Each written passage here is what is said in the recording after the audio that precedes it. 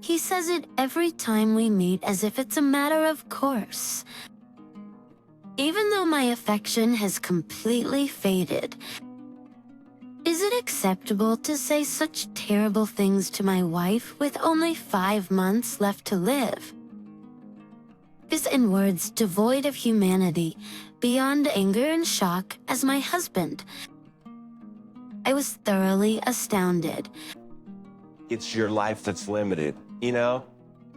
Khan. My name is Avery. I want to remain a desirable presence for everyone, regardless of gender, forever. I enjoy dressing up for myself. Looking at my reflection in the mirror switches on my work mode. This is how I style myself when heading to work. Even at the workplace, people are surprised by my age of 50 and say, "You don't look 50 at all." Even if it's just flattery, it's a delightful compliment. The intimacy between my husband and me has already gone cold. I regret marrying my husband and question why I married such a man every day. I work hard at a company, while my husband's earnings aren't bad. I continue working by choice. For my husband, it seems displeasing. Women do household chores. Frankly, it's annoying. I'm so fed up that I don't even feel like saying anything. What era is he from, seriously? Inserting mental retorts has become my daily routine. To my age, I've seen many junior employees and newcomers. Seeing them grow splendidly thanks to my guidance sometimes brings tears of joy. I found job satisfaction in those moments. My husband, watching me, doesn't seem pleased. How long are you gonna keep this up? Pay proper attention to the household. Here we go again. Can't you say anything else? Suppressing the desire to say that? I replied, I will continue working. Grease inside him, I'm gonna say it. In the household even a bit, I'll make you quit immediately. As saying this, he returned to his room. Say that after taking care of yourself. I inadvertently spoke these words aloud and covered my mouth, but it seemed my husband didn't hear, so I felt relieved. My husband is weak for cute girls and becomes unable to ignore them. He can't help but respond when someone relies on him. I wonder why he married me. It's quite a mystery. Since the past, I've been nurturing and supporting seniors, colleagues, and juniors. Before I knew it, I'd become quite old, but I thought that as long as I had work, I didn't need a man. That's when I met my current husband. When I met him, he was kind, considerate, and a very charming and popular man. I never thought his attitude would change so much. Since I had no intention of quitting my job, he reluctantly agreed when I talked about it, but now he's constantly nagging me about it.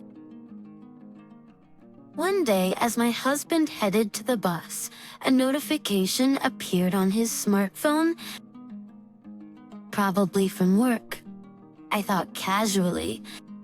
Oh, I didn't intend to look at it, but my husband hurriedly grabbed the smartphone with a panicked expression. What are you doing? What do you mean, what am I doing? The phone just rang. Just because it rang doesn't mean you have to check it. I'm not looking, all right? Why are you so flustered? In response to my inquiry, my husband's eyes seemed a bit shifty. I'm not flustered of anything. He said this and hastily returned to his room. While looking at my husband's room, I suspected him of cheating, but I didn't press the matter. Honestly, I didn't care and had no interest.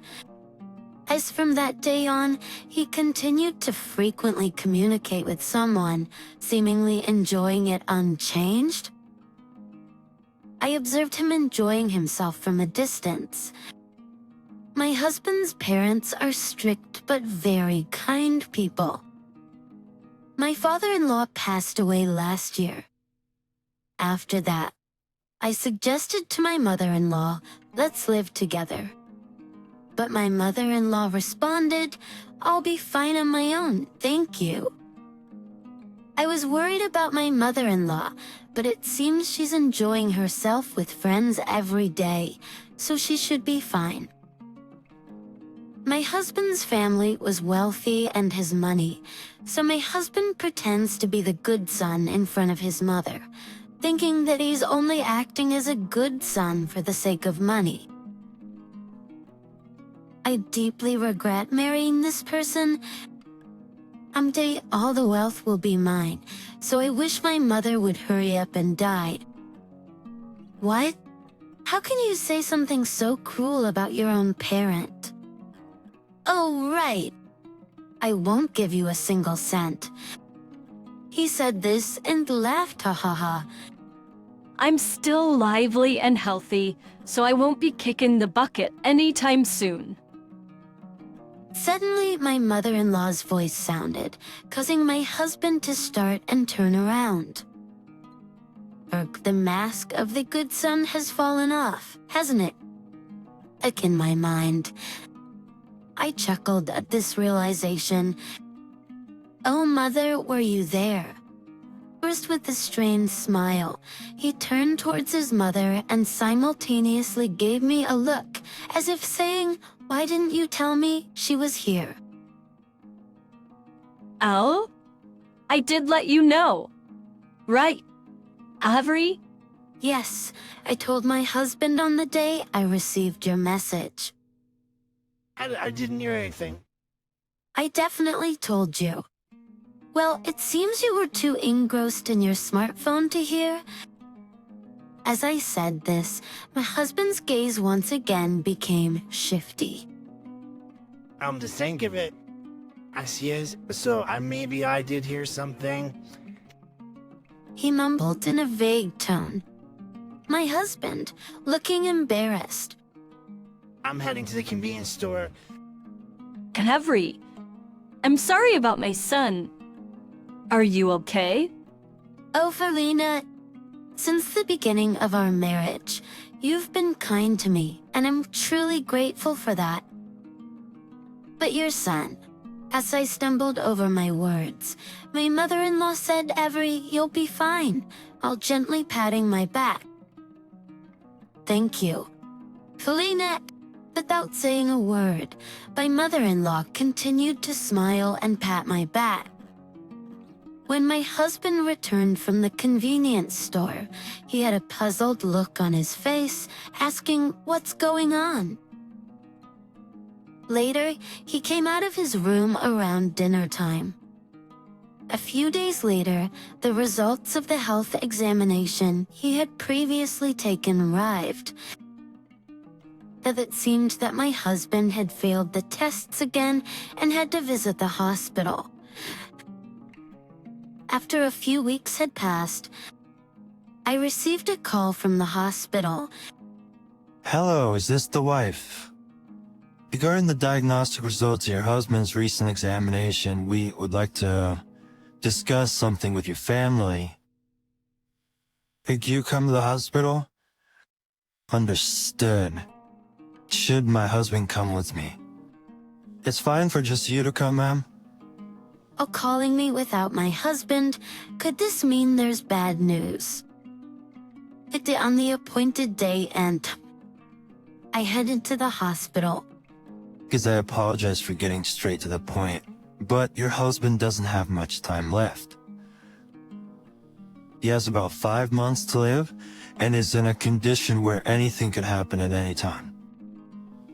And if he had taken the follow-up test a bit earlier, It might have been a situation that could have been resolved through early detection. I couldn't say anything as I listened to the doctor's words. Did I lose my ability to speak? No, that's not it. And it was as I expected, but I never thought he had only 5 months left. There is no sadness about my husband's impending death. It's different from pity towards him. I might say something terrible, but feeling relieved about his absence might be closer to the truth. This in the situation where I couldn't say anything, the doctor and nurses approached me with worried expressions. I managed to speak just one word. Please don't apologize. Considering the sudden news about your husband, it's natural that you're struggling to process your feelings. The doctor explained that I was called in because it concerned a matter of life. Whether we should inform the person themselves depends on their personality. Since you probably know your husband the best. What do you mean by personality? Someone with the tendency to despair and become self-destructive could be at risk if we suddenly deliver such news. It's just like if the person has a positive attitude and strong vitality, there are cases where it's better to inform them. After a brief thought, I will tell my husband myself, I said and left the hospital, returning home and preparing dinner. My husband came home. Hey, is dinner ready yet? Is that all he can say as soon as he comes back? I can't help but sigh. It'll be ready soon. I'm not feeling well lately, so make something light. I also noticed that he doesn't look well. Though even so, I'm careful about what he eats, so I made something easy to eat. Japanese style today as well. After finishing dinner, when my husband tried to head to his room, I stopped him. Hey, there's something I need to talk about. What is it? It's an important matter. When I said it's important, my husband took a seat in front of me. I went to the hospital today. Please listen calmly, but the doctor told me that you have about 5 months left to live. After a moment of thought, my husband strangely wore a bright expression and said, I see you had a serious look on your face, so I wondered what it might be. Are you okay? Hearing suddenly that you have only 5 months left might have thrown you into confusion. Hey, confusion? Are you sure you're okay? I thought he was talking about his own impending absence, but he said, with this, I can start anew. Is there something you want to do with the time you have left? I said. My words seemed not to have registered in his ears. Afterward, my husband entered his room and seemed to be talking to someone. I occasionally heard Paisley, so I understood he was talking to a woman. But from then on, I continued to live as usual, as my husband's complexion worsened day by day. I tried to fulfill my role as a wife to some extent, making sure to provide meals that weren't burdensome. My husband continued to return home late every night, bringing back the smell of cigarettes and perfume. And one day, I overheard my husband saying, I have my family's wealth, and besides, she has insurance. That's when she's gone, a lot of money will come in. Cutting or creams, that happens. I'll start a new life with Paisley. I felt a sense of disgust toward my husband, who was happily talking on the phone, misunderstanding the situation. It's only for now that he can talk happily. I didn't say anything at the moment and continued with my usual life. It had been nearly 2 months since the terminal diagnosis. Seeing my husband looking more haggard than usual, I asked, "Are you feeling unwell?" "Yeah, I've been tired even after sleeping lately. My body feels heavy. Maybe it's because I haven't been exercising enough. You seem to have been socializing more lately, so you should be careful. It's because of work. What else can I do? I don't want you nagging me. If all you can say is things like that, you and my mom should just drop dead." Oh, how many times have I heard that from you? Suddenly, I heard my mother-in-law's voice, and my husband had a surprised expression. From the neighboring room, my mother-in-law appeared. My husband desperately tried to explain himself to her, but it was too late. My husband seemed to have given up. He was looking down, his face full of despair. I hadn't informed my husband that his mother was coming, or rather, because he comes home late, we don't have time to talk, so I couldn't tell him. After that, my husband started coming home less often. On the days he doesn't come home, he must be having fun with his lover. Paisley, it's about once a week. My husband comes home to get changed, and he's like a different person. His cough got worse, and he started taking more time off work. Maybe because of his illness, his constitution seemed to change. I feel like he almost fell down the stairs and hurt himself, and his injuries have increased. But still, he continues his socializing, and I can't say anything in amazement. Even though his time is short, I have no attachment to my husband, who spends time with his mistress rather than me. If you're not feeling well, shouldn't you stop socializing? I've told you before, don't meddle with my work. This is an important job for me. But if a visibly unwell employee comes to meet clients, it may be a bother for them. Shall I contact them on your behalf?" My husband yelled, "You don't need to contact them about that." In a frustrated tone, it's not surprising, since I know he's not really doing the client interactions he claims. If I'm contacted, it could reveal his affair to both me and the company.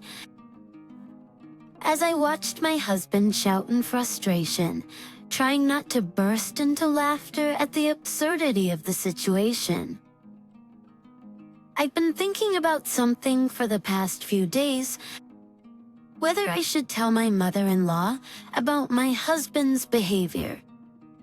One of the things I'm grateful for in marrying my husband is being blessed with wonderful in-laws. They treat me as if I were their real daughter. One day, the doorbell rang. Ding dong.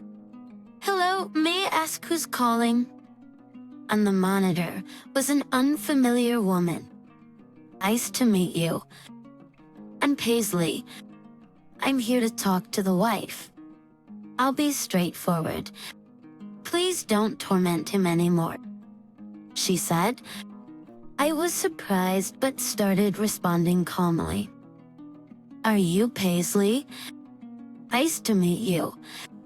Based on what you're saying, you're in a relationship with my husband."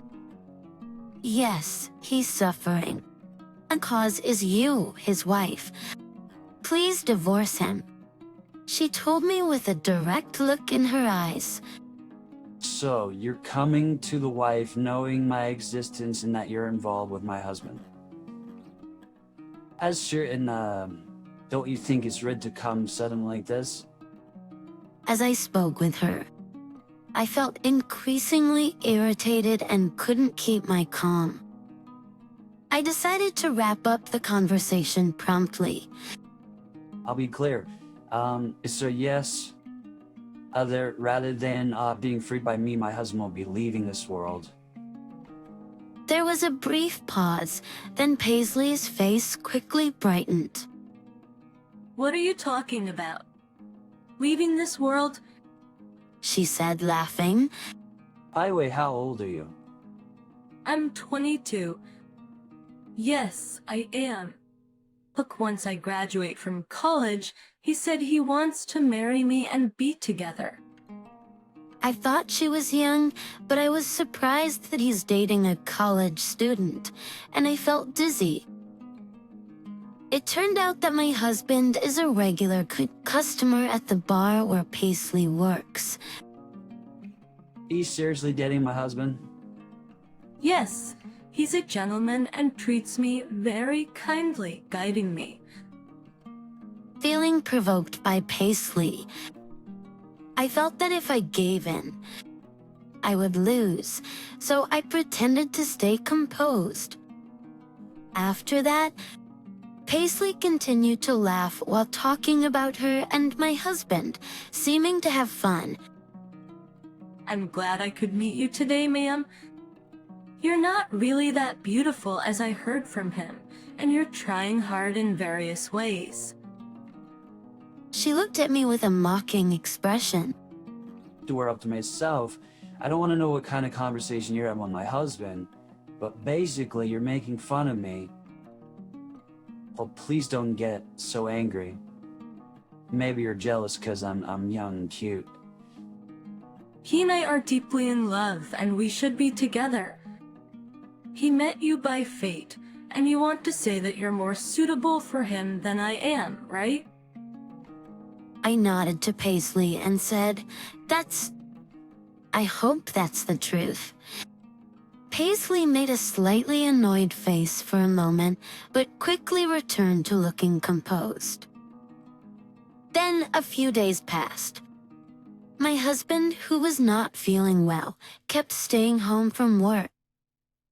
In the morning, while I was preparing to go to work, my husband said to me, "When are you going to die?" Saying, when am I gonna die? Saying, when am I gonna die?